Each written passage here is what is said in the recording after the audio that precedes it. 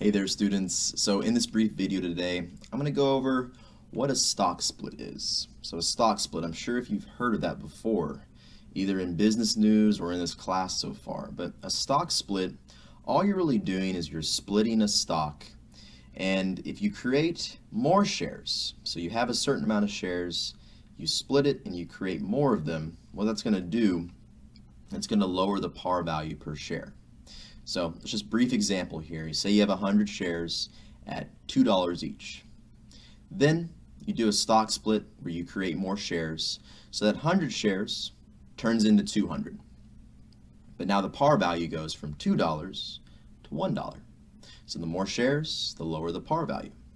You can also do the reverse of that where you create less shares, and what happens is you raise the par value.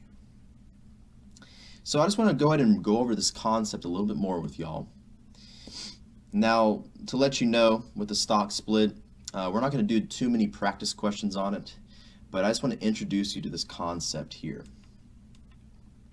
So, here's an example. Let's say it's a 2-to-1 stock split. Now what we're going to do, the par value is $4. So how does this work? We're going to change it 2 to 1. So the outstanding shares are 500 right now. Now how do we do a 2-to-1 stock split? Well, that 500 turns into 1,000.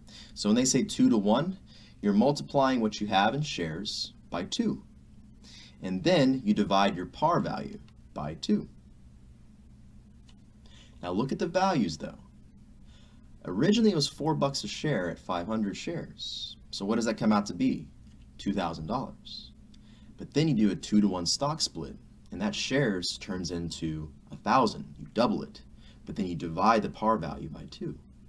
1,000 times 2, 2,000. So the point really is a stock split doesn't change the value of the stock in total. It just changes the number of shares, and it changes the par value. Let me repeat that. It doesn't change the value of the stock in total. It just changes the value of the number of shares, and it changes the par value. Important you know that. So, how do we record a stock split? Well, let's take a look. No entry.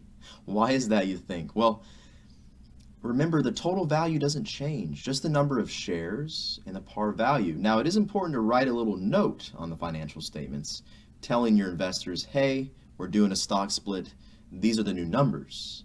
But as far as an entry that you record or you journalize, there is none because the total value doesn't change. So nothing changes on the books. That's why there's no entry. Stock splits are weird. Remember, you can double your shares, but it reduces the par value, or you can have less shares and your par value goes up. There's a lot of ways to split stock. So rewind this video if you need to learn more about that concept. Once again, we're not going to test you too heavily on that in the practice questions. Well, cool. Thanks for watching. I'll see you in the next video.